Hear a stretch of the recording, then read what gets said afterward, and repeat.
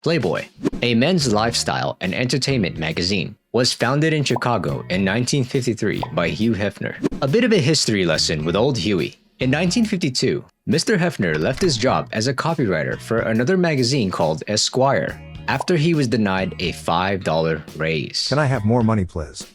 So he decided he wanted to launch his own business. To launch the company, Hugh Hefner took out a mortgage loan of $600 and raised $8,000 from investors, including $1,000 from his own mother. During an interview, he says, "It wasn't because she believed in the venture, but because she believed in her son."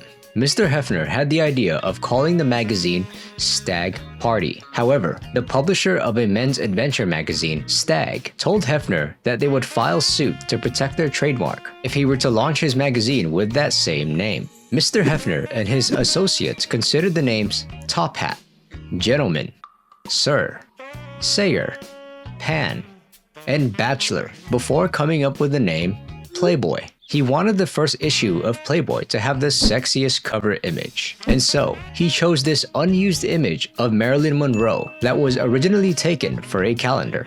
On December of 1953, the first issue sold out in weeks and sold about 54,000 copies. It wasn't until the second issue when the iconic rabbit logo made an appearance, which at the time was only meant to be an endnote for the second issue, but was later adopted as the official logo. Hefner said he chose the rabbit for its humorous sexual connotation and because the image was frisky and playful. During an interview, he explained further of why he chose the logo. Here's some of the things he said.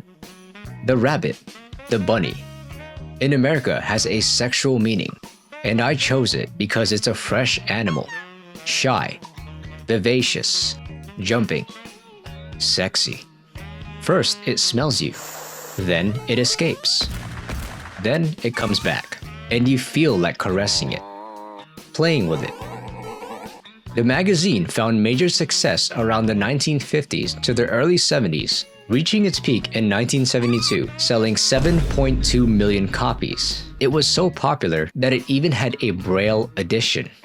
The company's success would spawn many imitators and would allow Mr. Hefner to build clubs with cocktail waitresses wearing bunny outfits. Speaking of bunny outfits, Gloria Steinem, American journalist, political activist, and co-founder of Miss, an American feminist magazine. Long before she had founded the magazine, she worked undercover at the New York Playboy Club. She was commissioned by Show magazine to apply for the job under a fake name for the purpose of exposing the grueling conditions that the waitresses faced.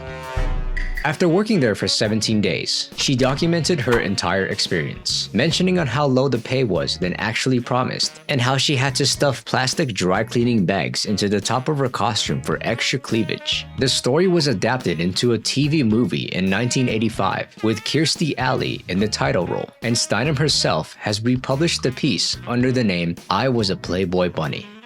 If you'd like to know more, Comedy Central did a really good video explaining the whole thing. Ew! That's f***ed up. Unfortunately, in the 1980s, the magazine readership would decline significantly, from selling 5.6 million copies per issue in the 70s to just 400,000 copies by December of 2017. Even after Hugh Hefner passed away that same year, Playboy continues to be one of the world's most well-known brands and even continues to publish content to this day.